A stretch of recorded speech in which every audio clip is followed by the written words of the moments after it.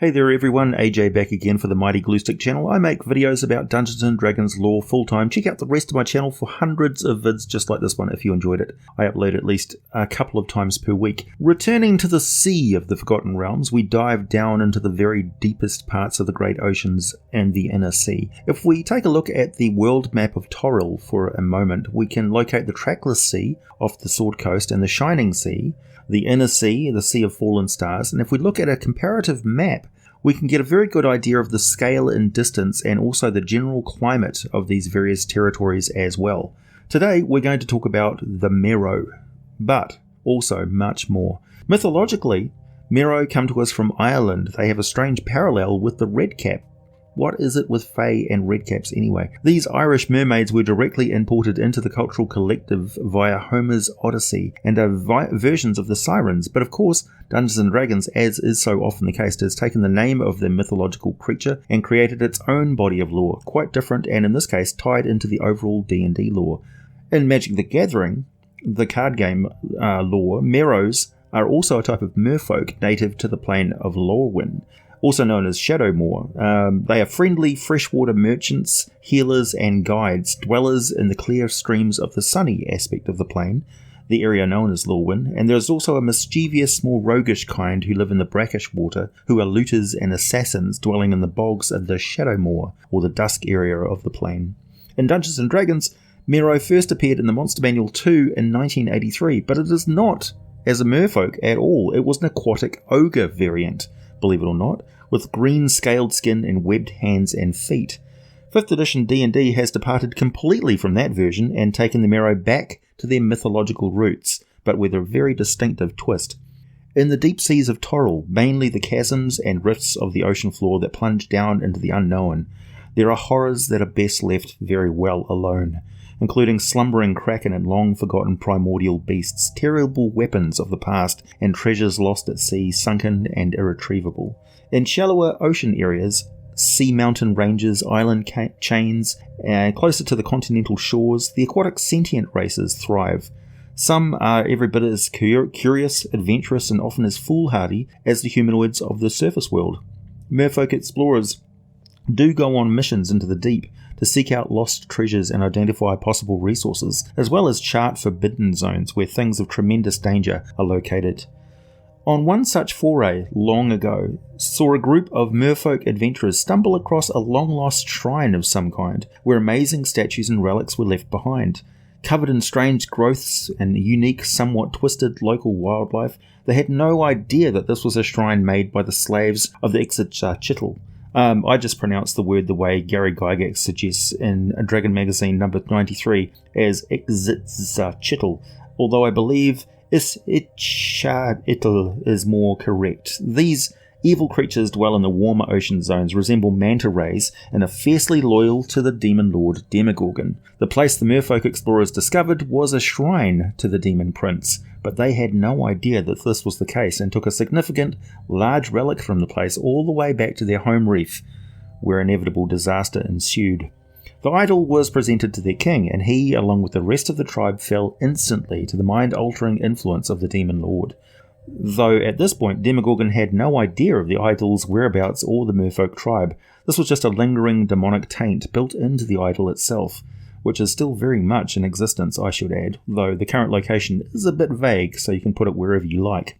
The king of these deep-water merfolk demanded ever-increasingly savage blood sacrifices to the idol. This tribe were never particularly nice to any surface folk in the first place.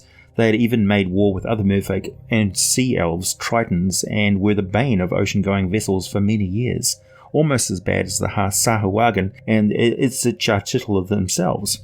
The idol released some sort of power as more blood was spilled before it. Some of the magic transformed sea life into twisted, feral, and monstrous creatures that the merfolk made good use of during their raids to get more and more victims to sacrifice during these frenzied rituals. The merfolk were also swiftly falling victim to this transformative effect. Mentally, they were now quite evil, given to eating the flesh of their sacrificed victims, even other merfolk.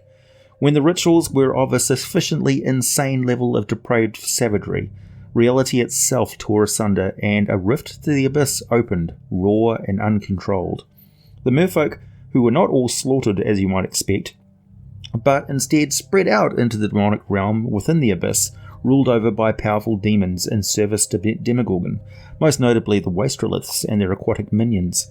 The merfolk's corruption now became one of soul and body.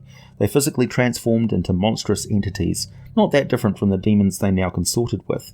This slow transformation occurred in fits and starts. Some individuals were immediately warped into bizarre forms, others retained more of their humanoid features on their merfolk bodies. Eventually, when the tribe travelled back to the oceans of Toril, they were no longer merfolk, but had become the savage and monstrous Merrow, devout servants of their lord Demogorgon.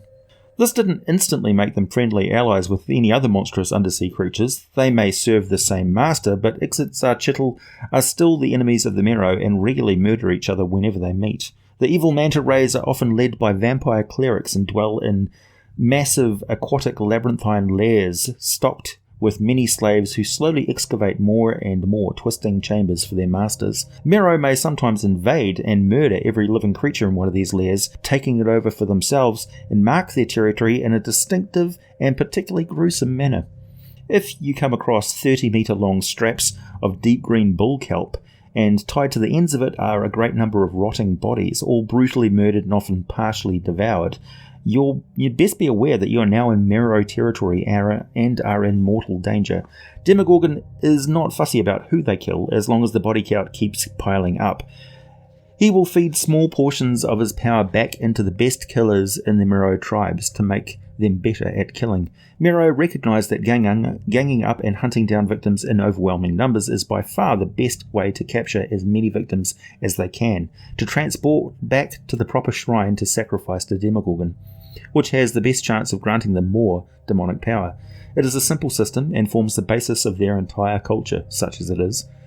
Really, there is nothing like the merfolk about them. They are no longer merfolk in any way, except to tend to form into hunting groups around the current largest and strongest, most blessed and demonic powered individual of their tribe, who is kind of their king, until a rival inevitably tears them apart and devours their flesh, growing even stronger if they survive their own wounds.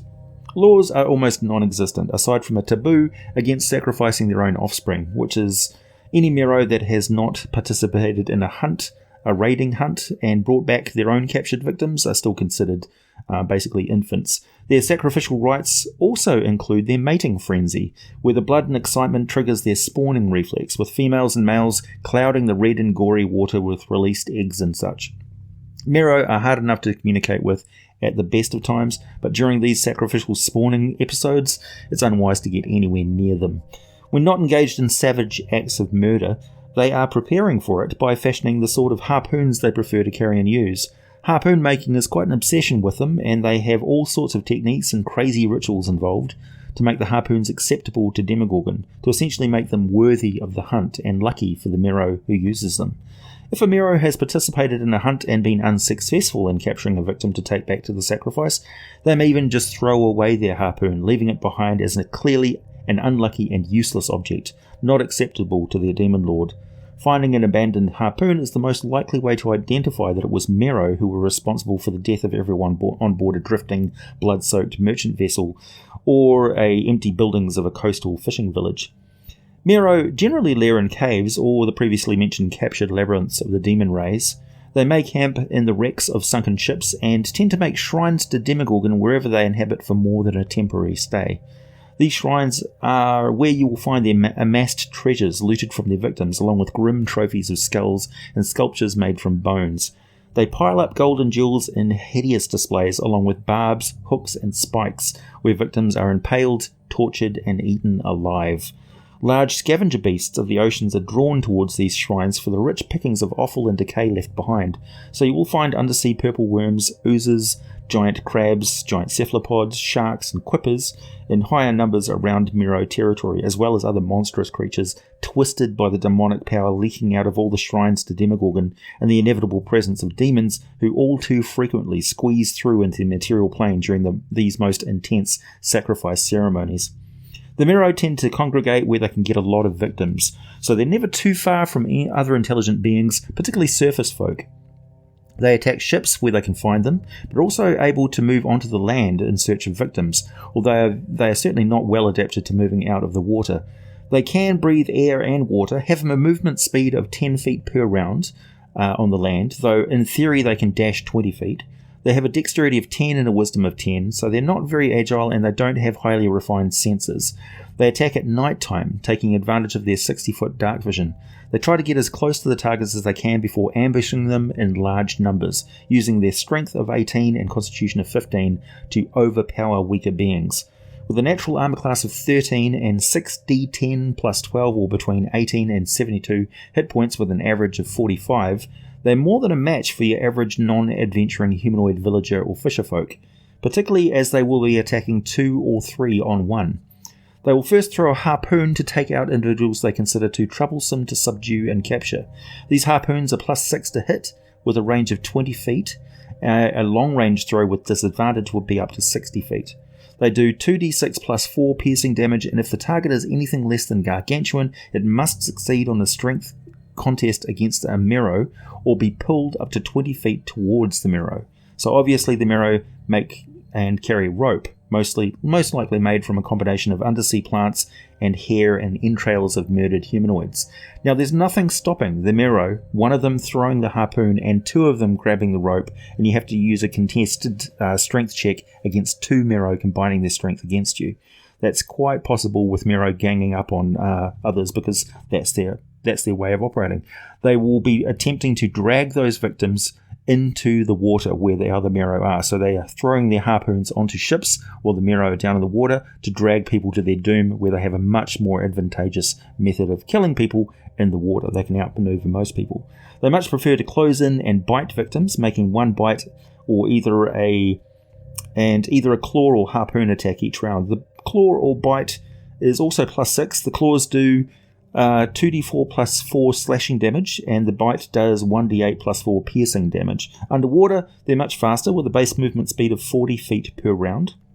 They speak to each other in abyssal when on the surface, or during their abyssal demonic rites, and in aquan when they're beneath the water and just sort of day to day while they're hunting. There are still large numbers of Merrow in the abyss, particularly in the domain of Demogorgon, though as mortal creatures they are basically considered little more than food by the demonic beings and horrific mutants that dwell there. The Merrow in the abyss face an eternal battle for mere survival. It's only those who live in the material plane who have any chance of being noticed by Demogorgon, as they serve a more useful purpose in destroying mortal life across the multiverse. Demogorgon lives on the 88th layer of the abyss, known as Absum, the brine flats or the gaping maw. There is a layer This is a layer consisting of a great sea of briny water broken by tall, sharp, ugly rocky pinnacles rising out of the endless murky water into a sky of misty yellow. The islands that dot this place form two sort of spikes or towers. Demogorgon's palace is two twin towers shaped very roughly like tightly coiled serpents that are covered with sharp, ugly, fin-like features and spines. So whenever you see shrines to Demogorgon, they typically have this twin spikes with lots of barbs and spines sticking out of them as well, usually in a sort of a serpent-like form, and crowned at the top with skull-shaped minarets, or in the case of shrines, skulls. The two towers are linked by a bridge near the top. Beneath the fortress are reefs and caverns where Aboleth, Kraken, and Ixajar Chittle dwell, constantly warring with each other and worshipping Demogorgon in his palace above. His towers are said to extend so far beneath the sea that they connect to the lower layer beneath them, where he speaks with the Oberynth Lord Dagon. In the Oberynth, Lord Dagon has got a video on him on my channel, as well as quite a lengthy video on Demogorgon. On the world of Earth, the Merrow worship Demogorgon in his guise as Amon Ebor. On the world of Mystara, they worship the female entity known as Demogorgon, and on countless other worlds, in countless other guises, the Demon's Prince is praised and daggers raised in blood-soaked murder by the most insane members of any particular race across the multiverse. Demogorgon on his home plane is known to twist enemies into living artifact demonic weapons, twisting them and mutating them and turning them into weapons that he gives to his most devout followers. These weapons are still technically alive demons, twisted and horribly in pain. If they ever manage to get free of this, they still worship Demogorgon, even though he did this to them in the first place.